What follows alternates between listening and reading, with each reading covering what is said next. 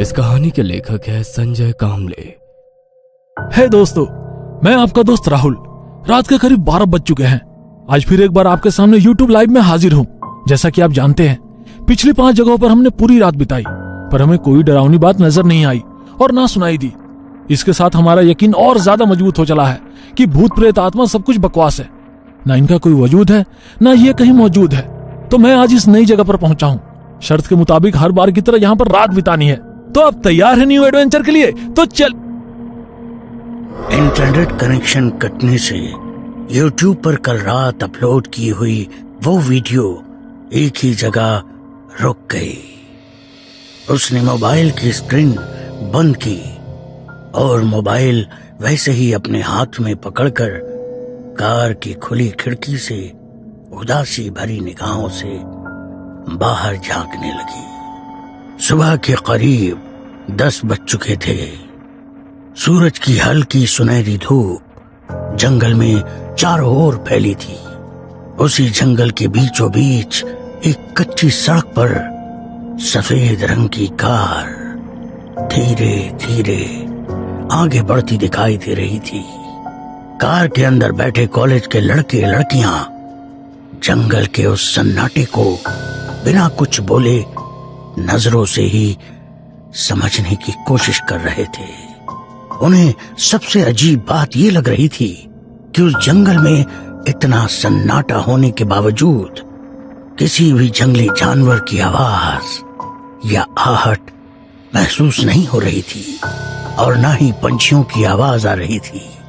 इंसान तो क्या, मानो जंगली जानवर और पक्षी भी उस इलाके में आने से डरते थे। उनकी कार एक जगह आकर रुकी और धीरे धीरे सभी दोस्त कार से बाहर निकलने लगे। सब हैरान नजरों से सिर्फ चारों ओर देख रहे थे। उनके सामने एक बड़ा सा आलीशान बंगला था। उस इलाके को गौर से देखते हुए सभी चलते चलते बंगले के गेट से अंदर आए और सीढ़ियां चढ़कर सभी दोस्त दरवाजे के बाहर रुक गए। उनमें से एक लड़के ने सामने वाला पुराना लकड़ी का दरवाजा धीरे से जैसे ही अंदर की ओर धकेला, कर आवाज करते ही वो दरवाजा आधा ही खुल गया। बंगला पुराना होने के बावजूद काफी खूबसूरत था। दीवारों का रंग काफी फीका पड़ चुका था। शायद कई सालों से वो इस तरह आग उगलती धूप, हड्डियां जमाने वाली ठंड और मूसलाधार बारिश को अरसे से झेलते हुए भी शान से अपनी जगह मजबूती से खड़ा था। राहुल! एक दोस्त ने आवाज लगाई और बंगले के भीतर चारों ओर नजरें घुमाते हुए चलने लगा। उसकी आवाज खाली बंगले की सुनसान पड़ी दीवारों से टकराकर अंदर ही अंदर घूमने लगी। तभी उसकी दूसरी दोस्त सुनैना भी आवाज लगाते हुए बंगले के भीतर बढ़ने लगी। बंगले के अंदर एक अजीब सा जानलेवा सन्नाटा फैला हुआ था। दिन का उजाला होने के बावजूद भी सभी को अजीब सा डर लग रहा था। 3 लड़के और 2 लड़कियां अपने दोस्त को उस बंगले के हर एक कमरे में, बाथरूम में, लकड़ी की अलमारी में, मतलब जहां छुपने की जगह है वहां ढूंढने की कोशिश करने लगे। पर राहुल कहीं भी नजर नहीं आ रहा था। न ही उसके होने की कोई निशानी उन्हें मिल रही थी। उसका मोबाइल तो कल रात से ही बंद था, साथ ही डिजिटल कैमरा भी। सब कुछ गायब था। ढूंढ ढूंढ कर सब परेशान हो गए।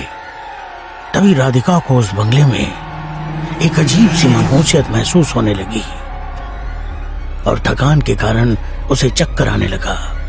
राधिका की हालत देखकर सचिन ने कहा, शायद हमें अब चलना चाहिए। नाराज होकर खाली हाथ सब दरवाजे से बाहर निकले। सुनैना की आंखों से आंसू छलकने लगे। तभी जैसे उन्हें कोई उस बंगले के नीचे बने तहखाने के बंद झरोके से देखने लगा। काले अंधेरे में हल्की रोशनी से वो लाल आंखें काफी डरावनी लग रही थी। वो आंखें सभी दोस्तों को घूरे जा रही थी, पर बंगले के नीचे उस जगह किसी का ध्यान नहीं गया। सब आपस में बात करते हुए अपनी कार में बैठ गए। सभी ने दोबारा एक नजर पूरे इलाके को गौर से देखा। दूर दूर तक घना जंगल, छोटे बड़े पेड़ों के बीच कांटों से भरी झाड़ियां, जंगल के सन्नाटे में हवा के हल्के झोंकों से पेड़ के पत्तों की सरसराहट, सब कुछ इतना खामोश था जैसे किसी कागज पर बना चित्र। ये सब देखकर विवेक ने कहा, यार, दिन के उजाले में तुम लोग साथ होने के बावजूद मेरी फटी पड़ी है। राहुल अकेला पूरी रात इस जगह रहा था, उसकी हिम्मत की दाद देनी पड़ेगी। उसकी बात सुनकर सचिन ने गाड़ी शुरू की। जंगल की कच्ची सड़क से उनकी गाड़ी धीरे धीरे आगे बढ़ने लगी और पीछे बैठी सुनैना ने एक नजर उस बंगले पर डाली। वो वीरान पड़ा बंगला कुछ ज्यादा ही अजीब लग रहा था और उस तहखाने से वो दो आंखें अभी भी सुनैना को घूरे जा रही थी। सर, हमारा दोस्त राहुल लापता हो गया है। सभी दोस्त पुलिस स्टेशन पहुंचे थे। विवेक ने थोड़ी डरी सहमी आवाज में इंस्पेक्टर साहब को बताया। गायब हो गया मतलब? इंस्पेक्टर साहब ने शक भरी नजरों से सबकी ओर देखा। विवेक एक एक बात इंस्पेक्टर साहब को बता रहा था। बगल की कुर्सी पर बैठी सुनैना को अपना सर पकड़े रोता देख राधिका ने उसको थोड़ी हिम्मत दी। विवेक की सारी बातें सुनकर इंस्पेक्टर साहब अपनी कुर्सी पर थोड़ा पीछे सिरकते हुए छत पर धीरे धीरे घूमने वाले पंखे की तरफ देखते हुए मुस्कुराकर बोले, शर्त अकेले रात बिताने की शर्तें, वो भी ऐसी जगह जिसके बारे में हमें कोई भी जानकारी ना हो।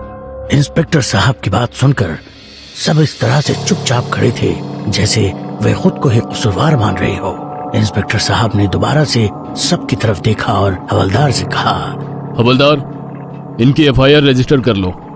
आप लोग जा सकते हो। अगर कोई जानकारी मिलेगी तो जरूर बताएंगे। सर, कुछ भी करके हमारे दोस्त को ढूंढ लीजिए। मैं आपके आगे हाथ जोड़ती हूँ। फिक्र मत कीजिए। वैसे राहुल के घर वालों को उसके लापता होने के बारे में जानकारी है? इंस्पेक्टर साहब की वो बात सुनकर सब गंभीरता से एक दूसरे की तरफ देखने लगे। नहीं, पर उसके घर वाले सुबह से हम सबको कॉल करके राहुल के बारे में पूछ रहे हैं। तो तुम लोगों ने क्या कहा? हमने कहा वो हमारे साथ नहीं है। अगर सच्चाई बता देते तो राहुल के घर वाले उसके लापता होने के लिए हमें ही जिम्मेदार ठहराते। वैसे भी उसके लापता होने के लिए तुम लोग ही जिम्मेदार हो ना? नहीं सर, हमने कुछ नहीं किया। उसने तो इंटरनेट पर इस बंगले के बारे में जानकारी ली थी। उसे भूतिया चैलेंज लेने की और ऐसी जगहों की पड़ताल करने की आदत थी। इससे पहले भी उसने कई बार ऐसी अजीबोगरीब जगह की पड़ताल की है। YouTube पर आप उसका चैनल भी देख सकते हैं। बोलते हुए विवेक ने जेब से अपना मोबाइल निकाला। YouTube पर वीडियो सर्च करते हुए इंस्पेक्टर साहब के सामने अपना मोबाइल रख दिया। ये देखिए सर। वीडियो में राहुल रात के अंधेरे में किसी सुनसान जगह चलता हुआ दिखाई दे रहा था। कोई पुराना खंडहर या फिर बंगला नजर आ रहा था। अपने हाथ में डिजिटल कैमरा लेकर राहुल हर एक चीज रिकॉर्ड करते हुए आगे बढ़ रहा था। साथ ही वह उस जगह और वक्त के बारे में जानकारी भी दे रहा था। तो ये है तुम्हारा दोस्त राहुल? इंस्पेक्टर साहब की करारी आवाज सुनकर सभी ने हाँ में गर्दन हिलाई। सभी दोस्त नाराज होकर अपने अपने घर चले गए। किसी का भी अपने काम में मन नहीं लग रहा था। सुनैना सबसे ज्यादा दुखी थी क्योंकि राहुल और सुनैना एक दूसरे से बेहद प्यार करते थे। सुनैना के लाख मना करने पर भी राहुल ने विवेक के साथ लगाई वो शर्त एक्सेप्ट की, जिसका नतीजा उन सबको भुगतना था। राहुल के माँ बाप सुबह से फोन करके अपने बेटे के बारे में पूछ रहे थे, मगर उनके सवाल के जवाब किसी के पास नहीं था। रात हो गई। सुनैना गुमसुम सी डाइनिंग टेबल से सटी कुर्सी पर कहीं नजरें गड़ाए बैठी थी। सुनैना बेटा, क्या हुआ? पापा ने प्यार से सुनैना के सिर पर हाथ रखते हुए पूछा। तबीयत ठीक नहीं लग रही है पापा, मैं जाकर आराम कर लेती हूँ। बेटा, कुछ तो खा लो। भूखे पेट सोओगी तो नींद नहीं आएगी। भूख नहीं है पापा। सुनैना की उदासी भरा चेहरा देखकर माँ ने कहा, सुनैना, बेटा राहुल अभी छोटा बच्चा थोड़ी ही है, अपने दोस्तों के साथ कहीं गया होगा नए एडवेंचर की तलाश में। आ जाएगा वापस, तुम चिंता मत करो। माँ की बातें सुनकर सुनैना थोड़ी मुस्कुराई और अपने कमरे में चली गई। उसने अपने कमरे का दरवाजा बंद किया और फूट फूट कर रोते हुए अपने बेड पर लेट गई। रह रह कर उसे राहुल की याद आ रही थी। अपना मोबाइल लिया और राहुल को फोन करने लगी। पता था कल रात से ही उसका मोबाइल बंद है, पर दिल ये मानने को तैयार नहीं था। मोबाइल स्विच ऑफ था।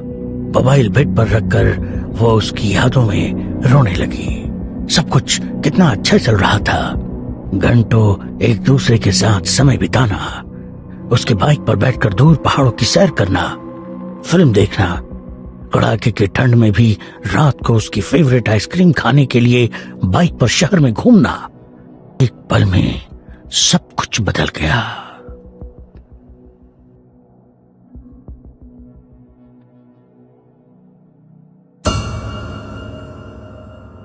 ये कहानी आपको अच्छी लगी हो तो हमें सब्सक्राइब करें, हमारा इंस्टाग्राम और फेसबुक पेज जरूर फॉलो करें। अगर आपके पास ऐसी ही कोई कहानी हो तो हमें कमेंट बॉक्स में भेजें।